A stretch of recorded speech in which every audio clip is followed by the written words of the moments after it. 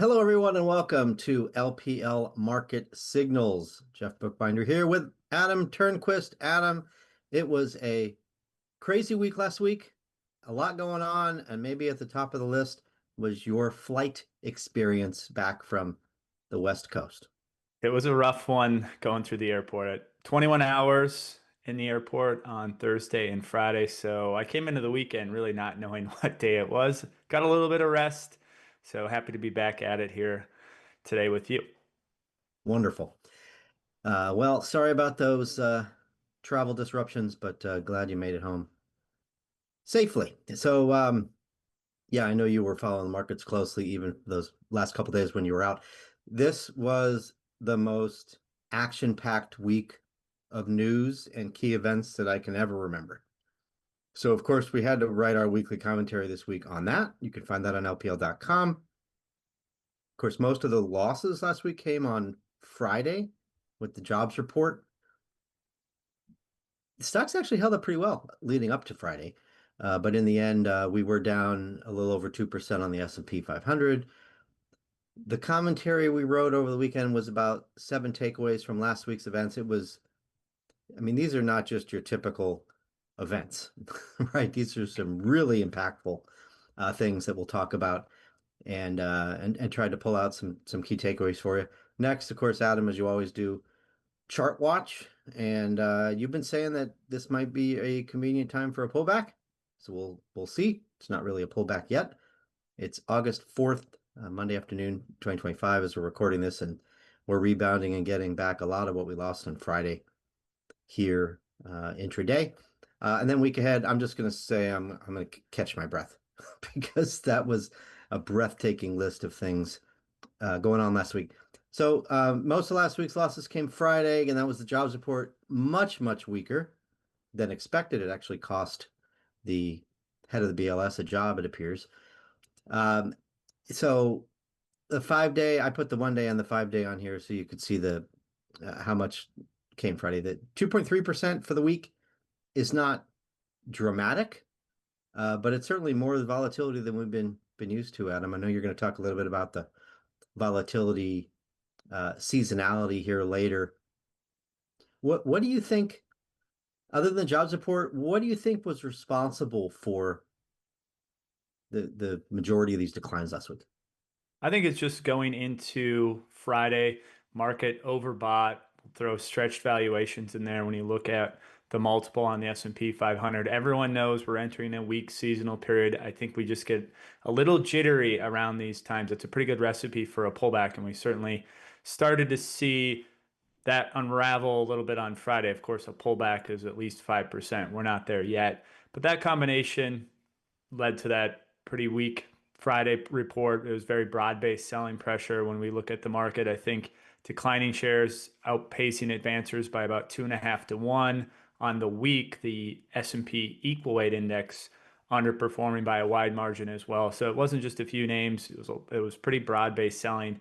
We'll go over the technicals as a teaser here in a few slides, but not a lot of major technical damage though. This looks like kind of your garden variety type of drawdown off overbought levels, I call it. Yeah, and I know we don't have to go down too far to get to support, so we'll cover that shortly. There were a couple of things that the market got a little worried about before Friday. The Fed was a little more hawkish on Wednesday than most anticipated, so we got some weakness on that news. And then you had a little bit of a hot inflation report. The core PCE, the Fed's favorite inflation metric, was a little bit higher than expectations, and so that certainly caused a little bit of a jittery market. But again, most of it was the jobs report. That was a dramatic negative revision.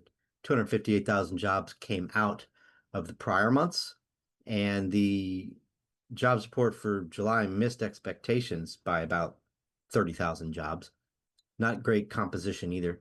So all in all, just the market clearly had to adjust to a weaker economic outlook. I think it's also worth noting consumer discretionary. We wrote a blog on LPL.com about consumer discretionary. It's one of the worst tariff losers.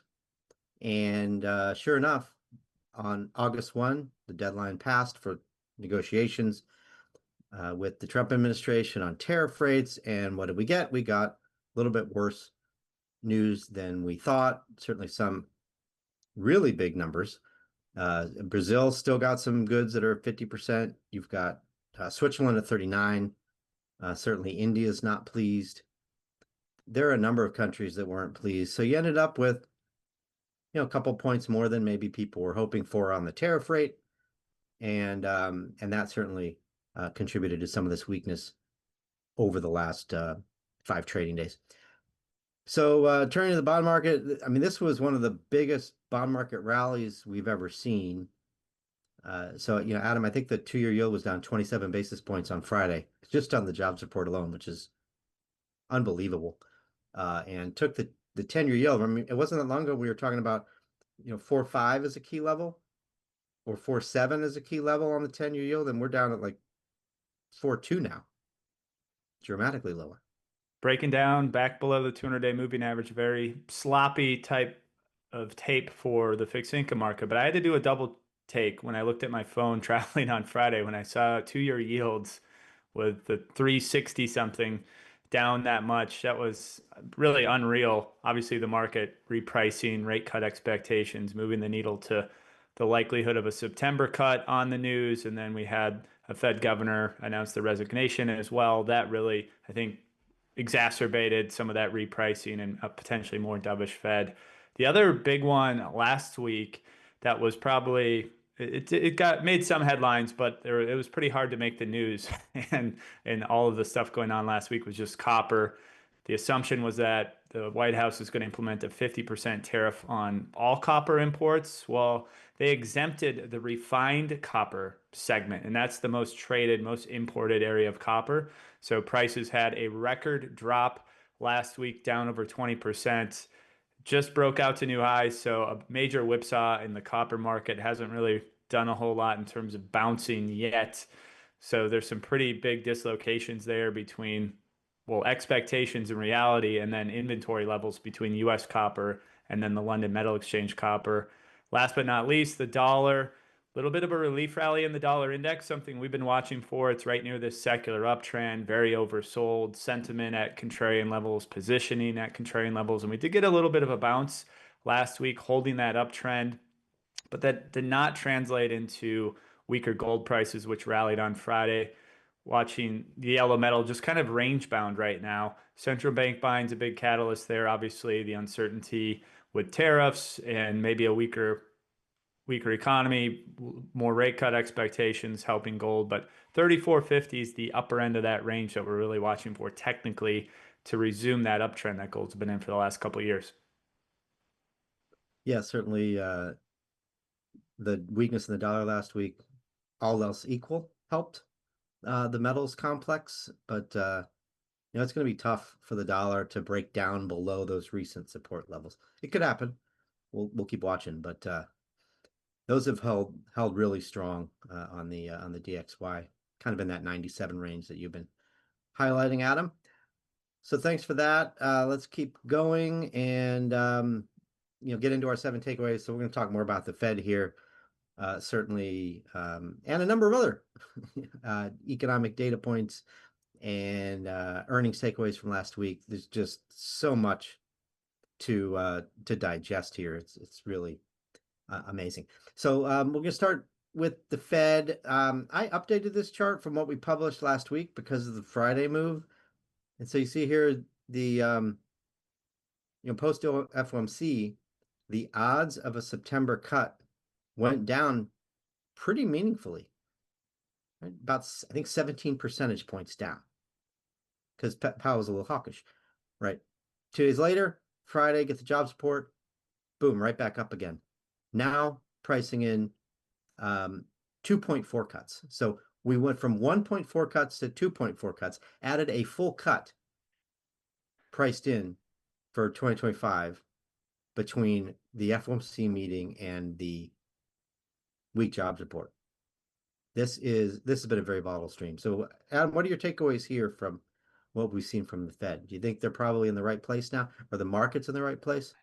With the benefit of hindsight after that employment report on Friday, certainly they seem to be moving in the right direction. I think obviously the September is a needed cut. I bet we'll get messaging from Jackson Hole coming up this month from Powell and Co. about the need to cut. It will be interesting though, because if you've heard the Fed, listen to the Fed. 1 month of data doesn't make a trend. We'll see what that alludes to, because when you look at the revised numbers, 3 month average payroll gain went to, I think, 35,000 from 150 on an average 3 month basis. So a substantial step down in terms of payroll growth. When we look at things technically, when I look at the 2 year as proxy for maybe what the Fed's going to do, I think it's leaning to the 2 to 3 cuts right now. There's some support levels still in play. You'd really need to see the 2 year start breaking, call it 345, 350 to have the market signal anything beyond 3 rate cuts right now. And I think that's one of those things you have to be careful what you wish for when we start thinking beyond maybe 2 to 3 cuts this year, because anything through those levels, I think we're talking about much higher odds for a recession. Yeah, it probably takes higher recession odds to get the Fed funds rate below 3% next year. It's not going to get there this year, but to get that many cuts and that big of a drop in the Fed funds rate is going to take some meaningful economic weakness. So we think probably stops before 3%. And with the normal yield curve shape, maybe you can settle in with a 10-year yield of 4%. I also, you have to bring up, Kugler resigning her seat on the Fed board earlier than expected. So that means we could get a new Fed chair within the week. How about that? As if there wasn't enough going on last week. We thought this was going to be like an October event, but no such luck. It's coming soon. So what we're probably going to get, I guess, Hassett, Waller, Warsh, and Besant are the top four names. Maybe Bowman, top five names. I don't think Waller's going to be the guy because he's already on the board, and Trump will probably want to put in his own person, and so that means maybe Warsh or Hassett will then end up getting the nod. And then we've, as you know, Adam, we've frequently had what some call a shadow Fed chair, right? Where the new chair sits next to the current chair for several months. It's usually like 4 or 5 months. That's very common. This is going to be longer than that. So, and this is unusual because of the, verbal beating, we'll call it, that Trump has put on Powell for the last couple of months. So, That's fair, I think. yeah, I'll call it that. So yeah, I guess that means that we're going to have a little bit more of a dovish tilt here to Fed policy. But if the market starts to doubt the independence of the Fed and starts to lose confidence in the credibility of the Fed and the economic data, by the way, by firing the head of the BLS, that could cause some market volatility. So I think that's important. Oh, but there's other complications here. They can't put the new Fed chair in now because the Senate's on recess. Oh, that's right. So Yeah.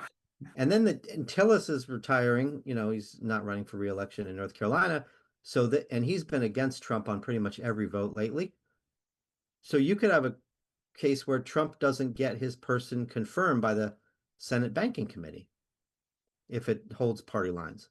So that's another level of complexity here. Still, if Trump is patient and puts somebody in after the Senate's back, then they should get confirmed because these are all very credible, reputable people. So that's enough on the Fed. Let's GDP, one of the other key events of last week, bounced up from a negative print in Q1 to 3% annualized Q2, but it was really a lot of inventory and tariff front running that reversed. So if you look at real final sales, consumer spending and non-residential investment, it's kind of in that's what we boxed off here. Kind of in that low to mid ones range percent. That's fine. That's kind of where we thought we would be. So kind of, yeah, look past the noise, maybe average 2 quarters together. Bottom line, we still think this is maybe a 1.5% growth economy. Hopefully a little better than that. We'll see. But you've got some tariffs to still Here's next takeaway: earnings season.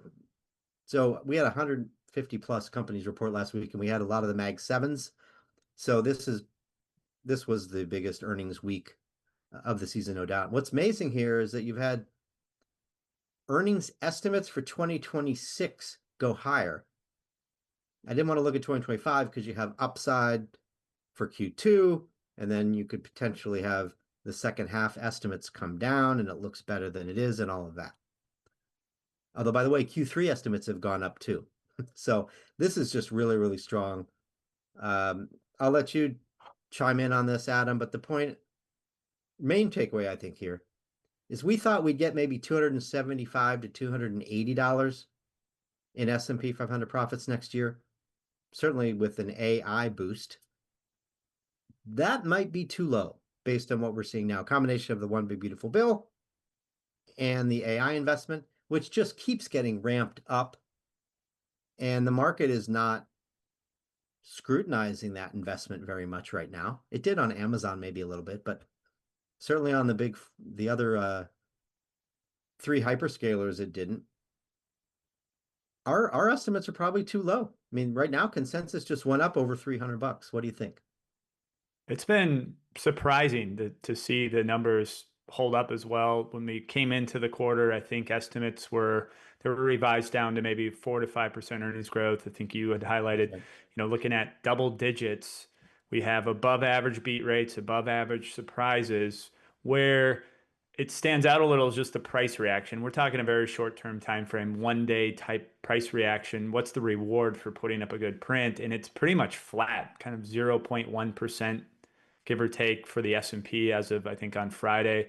So there hasn't been a big reward, even though companies are beating. And I think that really attests to just this rally we've had, this kind of breathing room we're taking in the market, a little bit room for a pullback or a pause in the rally, just given markets, or no one's really stepping up to buy after the print, even after some clarity, whether that's guidance or delivering a strong from the hyperscalers, strong capex. So that's one big thing that's stood out, but just more resiliency for corporate America. And I've been surprised reading through some of the commentary, and something our team has talked about is just how the C-suite's been able to navigate around some of these tariffs. They've moved things around in terms of their supply chains to really help mitigate costs and without a major detriment to margins or passing the price on to the consumer at this point. Yeah, it's really impressive the way companies thus far have managed through the additional costs from tariffs, and they are absorbing a good amount of that. We've already seen about half the tariffs go in, about 8 points out of the roughly, call it 15, 16, 17 that we think we're going to end up getting. So if the next half, the second half is the same as the first half, then companies are probably going to be able to generate more earnings than we thought. So our estimates are probably too low. Here's another data point that I think is really compelling. The Mag 7 X Tesla grew earnings at 27% in the quarter. The rest of the market, 4. That is a dramatic difference, right? And so, I mean, we've been saying this for the past few years, right? A lot of the earnings coming from the tech names. That gap will eventually narrow, but it really hasn't so much yet. And that continues to support our preference at LPL for leaning into growth stocks relative to value stocks, a view we've had for a long time. So next up, another takeaway, T-bill issuance rising again. So yet another big event last week, at least that's what Lawrence tells me, that this is a really big event, is the quarterly refunding announcement from the Treasury. And it just means that they're going to be doing more T-bills and fewer long-term notes or coupon issuance. And that lowers the duration of the government debt portfolio. And, the goal being, of course, to lower the cost to service the debt. I think that's the easiest way for an equity person to understand what's going on. But Lawrence actually said, Adam, that this was one of the top 2 biggest events last week for the bond market. And the other one was not the Fed, right? It was the jobs report. Your thoughts on this? I was surprised, but he's talking his own book there in the fixed income world. But this was interesting because he makes a good point in our weekly market commentary, talking about, let's hypothetically say we get some cuts on the table, the front end rates come lower, and some of those money market funds that are buying T-bills are seeing exit, outflows as maybe investors are rotating out, and that comes at a time when they need liquidity. So there could be a pretty big liquidity impact if we start issuing more and more T-bills and we're through the recommended 20% level if we don't have a steady stream of buyers. Of course, there'll always be a buyer, but at what rate? So that was, I thought, an interesting takeaway. And when we've looked at money market fund outflows, they tend to happen deep into a cutting cycle, generally around a recession. That's when you start to see the capitulation and major outflows from money market funds. That's been at least the last two times we've had a recession where we witnessed major outflows. But yeah, and then of course the Friday's employment report, which we've talked about as a major move, certainly a lot larger move than the Fed report. I actually forgot there was a Fed meeting. I was going through my notes. Granted, I was flying, but of all the other things going on, that was ranked pretty far down the list. And I thought it was the prior week because it was so much going on last week. It wasn't really that meaningful, even at the time, when you think I about didn't it, miss because we much. just got the same message that we've gotten from them before: no cut, data dependent, and all that stuff that really frustrates the White House, needless to say. So yeah, so we're going to see a little bit of a rise in Treasury bill issuance, and that can help again sort of limit the risk of higher interest rates. Because if you flood the market with a bunch of long-term debt, I mean, this is, I guess, why we didn't issue 100-year bonds like some other governments did during zero interest rate policy, right? Because if the market doesn't want it, you have to raise the price until it does, and that could be a way to get to 5% on the 10-year yield, which obviously we don't want. Besant and I, I'm not sure if President Trump reiterated this, but Besant said that the 10-year yield matters more than the S&P 500. And given that, they don't want to risk flooding the market with too much long-term treasury debt. So this is a positive story, I guess. It's one of many things they got to do to manage that. And certainly a little bit of a slowdown in the economy is helping too, although they won't admit that. All right, let's turn to technicals, or turn more to technicals. Adam, you've certainly shared some technical insights already. It's a really interesting market right now for a lot of reasons. So chart check, stocks appear due for a pullback is the main headline, but you have a bunch of different charts on a variety of topics here to run Yeah, through. I think you've got maybe 7 charts. So imagine let's that. start with the Yeah. S&P. Lots of charts, all the stuff we highlighted going on last week, and you can kind of barely see Friday's sell-off on this chart. Clearly taking out the 20-day moving average. That's a dynamic area of support the market has held for months, really. And this is one of the longest streaks the S&P's held above the 20-day moving average. We gap below it. So when support no longer acts as it should, you should be on alert for a bit of a deeper pullback. Where could that be on the S&P here? Would not be surprised to see a retest of those February highs, 61.44. That's pretty normal. You break out to a meaningful new high, you get overbought, and you check back to that prior area where that breakout was. The 50-day moving average right there as well, 61.39, call it. If you start breaking those levels, there's a price gap, and also the 200-day moving average at 5,900. So nothing out of the ordinary, even a retest of the 200-day moving average when you think about second half drawdowns. You think about where we're coming from, a 20+% rally over the last few months. Would not be surprised to see that. Breath holding up pretty well. We look at the percentage of stocks above their 200-day moving average there, 55%. So still above the 50% threshold that we like to see.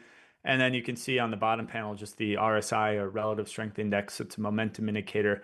We hit 76 early last week on that indicator. That's historically overbought, kind of a top decile type reading that usually you see a pause or a pullback, one or the other, after you start talking about levels that are that overbought for the broader market. Yeah, actually, in terms of a pullback, it's not even a pullback yet. We're down 1% off the highs, but Yeah, right. the feels a little worse than that maybe. But I saw an interesting study from our friend Sam Stovall over at CFRA, and he pointed out that it's very unusual to start a year with a 10% correction and then get another one, right? The next correction or pullback tends to just be more modest. I think that's really good insight. So we think we're due for a 5% pullback, but it's probably going to be bought. It's probably going to be shallow. We got a number of reasons for that. AI, earnings growth, Fed cutting, this uptrend that certainly is giving us a solid technical base. The stimulus coming for 2026 that the market is obviously reacting to now. There are a whole host of reasons, frankly. Credit market's pretty healthy and calm. Pullback's likely to be bought. So I think if we do get a 5%er, we're going to be potentially on that. So sticking with the index, S&P 500, but a different composition of it, Adam. Right, this is the equal weight. So as the name implies, every stock has the same weighting. There's no NVIDIA influence here. There's no Microsoft influence. So it's just the average S&P stock. And I would say they're doing quite well. We got to record high territory on the equal weight index. We briefly closed above it, and then we subsequently failed at that area of overhead resistance. And we're just right back to the 50-day moving average. But the average stock very much in an uptrend within our internal models. We look at trends several different ways, and we have a model that can quantify in almost 3/4 of the S&P 500 in some form of an uptrend. I think 40% in a confirmed, or we'll call it a strong uptrend as well. And in terms of the market broadening out, we had this index at record highs. That's suggesting that we're moving maybe down away from those mega caps as maybe not leaders, but just participation. On the bottom panel, you can see the equal weight index versus the cap weighted index. We use this to define relative strength. It's the cap weight or equal weight outperforming, and we all know it's been really a cap weighted mega cap type world. And this is actually breaking down to some new lows. So as a technician, you look at the momentum, you look at the trend. This tells us maybe the equal weight's doing okay on an absolute basis, but expect those mega caps or the cap weighted S&P 500 to continue outperforming the average S&P 500 stock. And we certainly know we're getting more earnings growth out of the cap weighted than the equal weighted, as I mentioned before. All right, next up, volatility. So S&P 500 has not had, up until Friday, a 1% up or down day for 26 days. So that ended on Friday, obviously, with the market selling off below that level. And they're pretty rare. There's been 120 of these type periods where you've had a 26-day streak or over 20% streak for this study. That's the threshold we used. So when you end the streak, this is what the S&P 500 tends to do over the next 1 week to 12 months.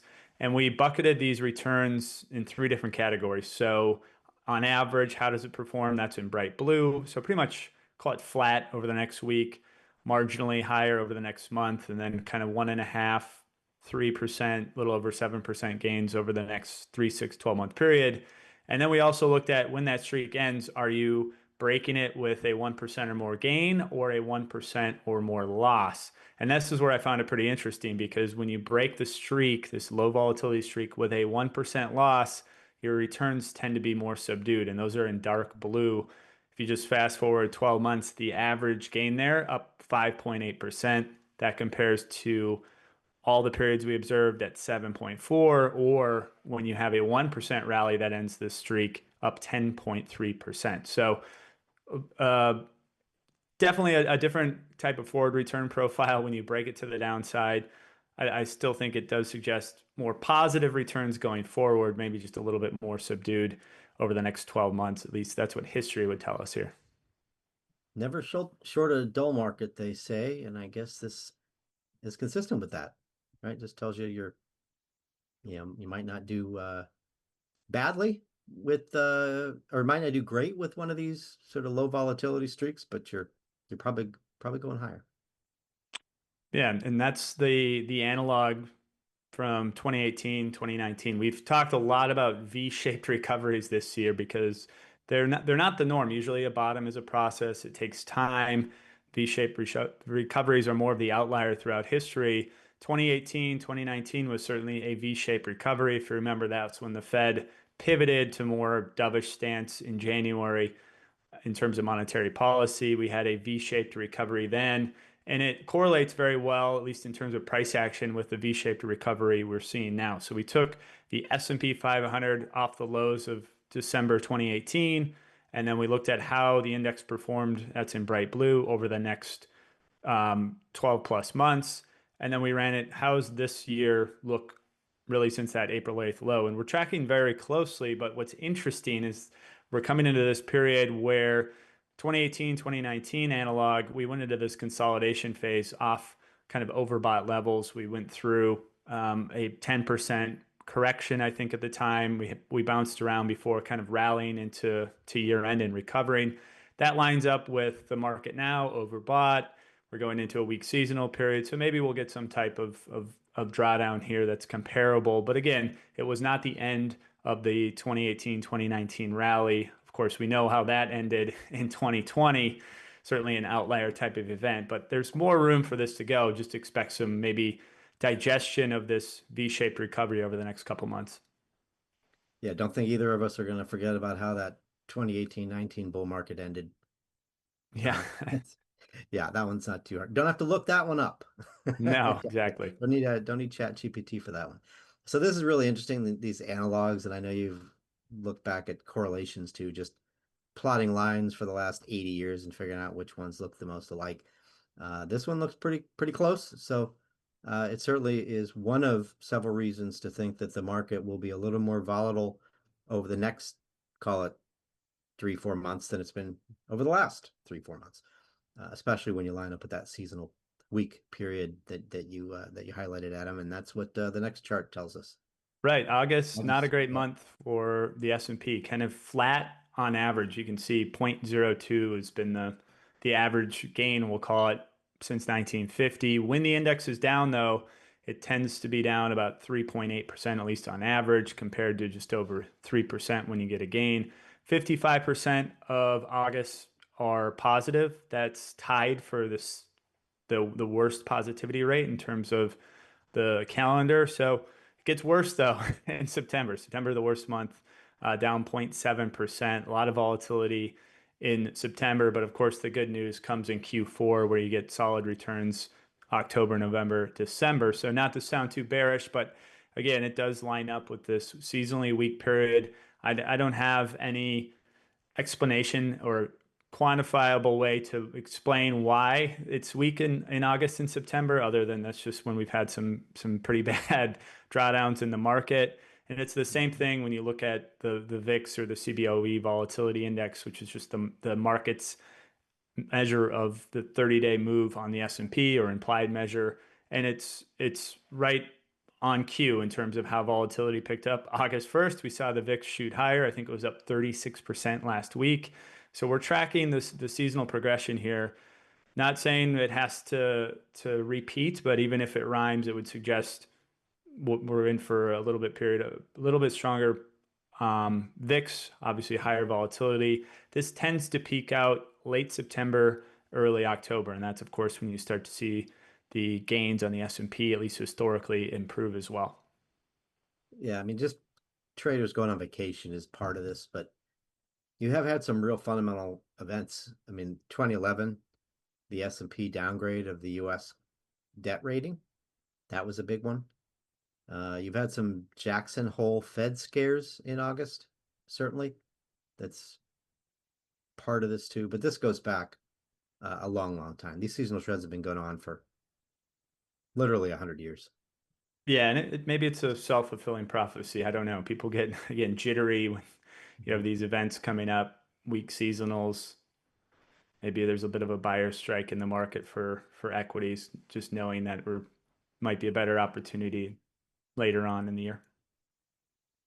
That's fair. All right. I think well, we got the last couple. So yields fall as rate cut probabilities rise. We alluded to this already. This was a big down move in 2-year yields.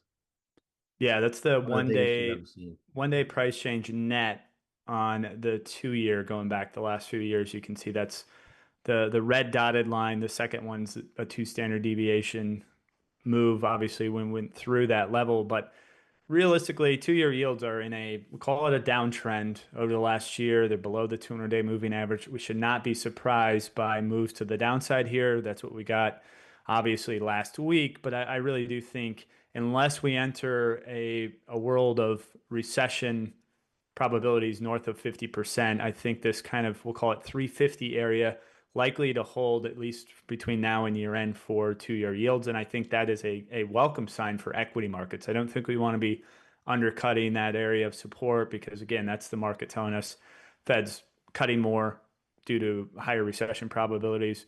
But I would not be surprised if we get down there. To me, that would be the market saying we're probably going to get 3 cuts versus 2. Right now, I think it's fair to at least based on the Fed funds futures market, that we're at 2, with September being the first cut on the table. Yeah, and by the way, for those looking back at 2023, I think that was a Fed pivot too. This massive move in the 2 year back in 2023. So this is big, but I guess it's not unprecedented, the move that we got Yeah, yeah, on Friday. I was surprised. I actually had to look that one up. That was the Fed in terms of their summary of economic projections, penciling in a variance from what the market expected, obviously. But all right, last but not least, lower rates. What does that mean for some of the stocks out there? Home builders actually outperformed last week, and they were pretty beaten up. They had about a 40% drawdown going into the April lows. That's Wow. near the same level of a drawdown they witnessed in the bear market of 2022. And we've subsequently kind of come off the lows. We're starting to grind higher here, right near the 200-day moving average for the Dow Jones Home Builders Index. But certainly lower rates can help that space. That's one of the big complaints you hear from home builders in terms of some of the surveys that are out there, just the affordability, not just home builders, but consumers as well. Starting to see some signs of home builders outperform the broader market on that lower panel. We compare that home builders index to the S&P, and we're starting to reverse this downtrend. Now, home builders leading the S&P is a good sign, obviously not just for the home builders, but I think the broader market in general, just given they're a cyclical area of the market. They were the first to really bottom back in 2022, and they surprisingly led the market coming out of that bear market low in a pretty consistent way all the way through 2023. So something to watch not only for the week ahead, but I guess for the second half.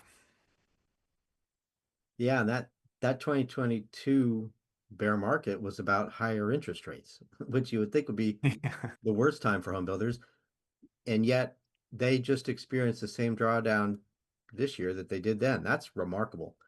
That to me is a reason to be interested in this group here. We just wrote a blog on LPL.com about maybe fading CD, consumer discretionary. Home builders are in there. If you're building a portfolio and you want to have some consumer discretionary, home builders might be an interesting place to look. Yeah, within the That sector, could some be of the best relative strength has been showing up in the home builder space. So very good. interesting.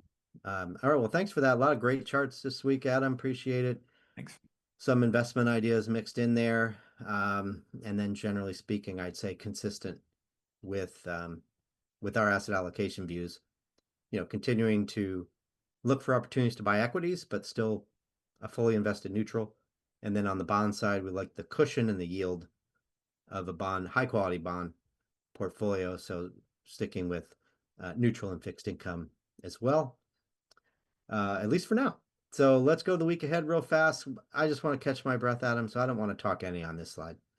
Uh, we have over 120 S&P 500 companies reporting this week. So it is another big earnings week. I don't know that we'll learn anything dramatically different than what we've already learned. We're 2/3 of the way done. We've got 6 of the Mag 7, but certainly we'll be watching uh, corporate America to see what we hear about margins, which have held up very well, tariffs, and all of that. Anything else you're watching this week? Bank of England meeting, Fed Probably we speakers. got some auctions coming in fixed. I think we got a 3, 10, and 30 year, 125 billion on the calendar for the Treasury. That's the largest issuance on a week since I think May. Well does that get absorbed? I always like to look at foreign buying. So indirect bidders, are they Mhm. showing up, especially on the long end, the 10 or the 30 year? That's going to be scrutinized, I think. And then just we'll get a couple retailers out. I always like to see what their assessment is on the economy, what are retail or what is the consumer doing? So those would be the key things to watch, at least outside of the calendar here. A welcomed slower week of economic data. The ISM services really does matter, so we'll watch that. But otherwise, it's really going to be about next week, right? I think next week we get the CPI, which of course matters. Retail sales always gets attention. This is kind of an off week between the jobs report and everything else. So everybody out there, take a break, take a breath, because last week there was a ton to digest. We're still getting certainly tariff and trade news, the legality of Trump's tariffs that have used the IEEPA as the legal basis. What is that? International Economic Emergency Powers Act. Those are in federal circuit court, and I don't know when we're going to get a ruling there, but could come soon. There's the possibility that those tariffs have to be rebated at some point. We'll see. But even if they are, then the Trump administration is going to find another way to put them in. So don't think that 15% tariff rate that you're hearing about or a little higher is going to go down to 7 or 5 or anything like that because of the court ruling. That is not the case. There are a number of other legal avenues that have a high probability of working if needed. That's another event from last week that we have to catch our breath for. So anyway, with that, we'll go ahead and end. So thanks so much, Adam, for joining this week. Just a lot of great content, a lot of really interesting charts, and guess you're headed to the Focus Conference in San Diego later this week. For those of you listening, we'll see you out there. LPL advisors who are attending, looking forward to that. Everybody have a great week, and we'll see you next time on LPL Market Signals.